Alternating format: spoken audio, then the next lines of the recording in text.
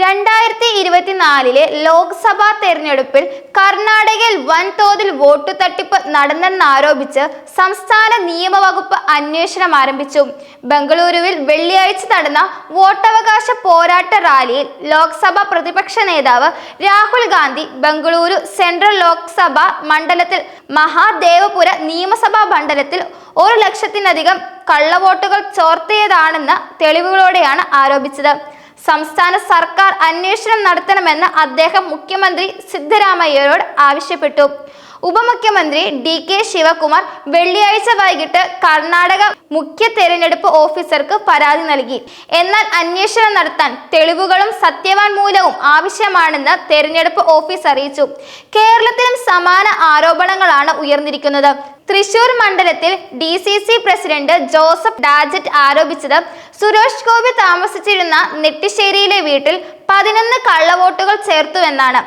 ഇപ്പോൾ ആ വീട്ടിൽ വോട്ടർ പട്ടികയിലെ ആരും താമസിക്കുന്നില്ല.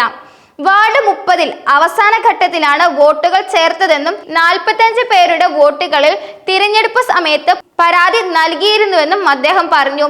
സ്വതന്ത്ര അന്വേഷണം ആവശ്യപ്പെട്ട് അന്നത്തെ കളക്ടർ VR കൃഷ്ണതേജയ്ക്ക് പരാതി നൽകിയിരുന്നുവെങ്കിലും പട്ടികയിൽ പേരുണ്ടെങ്കിൽ വോട്ട് ചെയ്യാമെന്ന നിലപാട് കളക്ടർ സ്വീകരിച്ചുവെന്ന് ടാജറ്റ് ആരോപിച്ചു.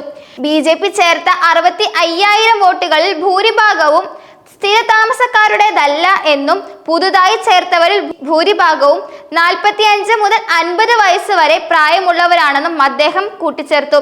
LDF സ്ഥാനാർത്ഥിയായിരുന്ന VS സുനിൽകുമാർ മുഖ്യ തെരഞ്ഞെടുപ്പ് ഓഫീസർ പറഞ്ഞ പരാതി ലഭിച്ചിട്ടില്ല എന്ന വിശദീകരണം തെറ്റാണെന്ന് പ്രതികരിച്ചു. Chief election agent KP Rajendran 4 തവണ ജില്ലാ ഭരണാധികാരികൾക്ക് പരാതി നൽകിയിരുന്നുവെങ്കിലും കളക്ടർ കൃഷ്ണ തേജസ് പരാതി ഉയർന്ന തലത്തിലേക്ക് കൈമാറിയില്ലെന്നുമാണ് ആരോപണം.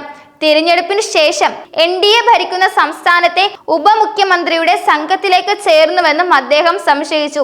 വോട്ടർ പട്ടികയിലെ ക്രമക്കേടുകൾ സംബന്ധിച്ച് തെളിവുകൾ സമർപ്പിക്കുന്ന സാഹചര്യത്തിൽ അന്വേഷണം എത്രത്തോളം മുന്നോട്ട് പോകുമെന്ന് കാത്തിരിക്കുകയാണ് രാഷ്ട്രീയ നിരീക്ഷകർ.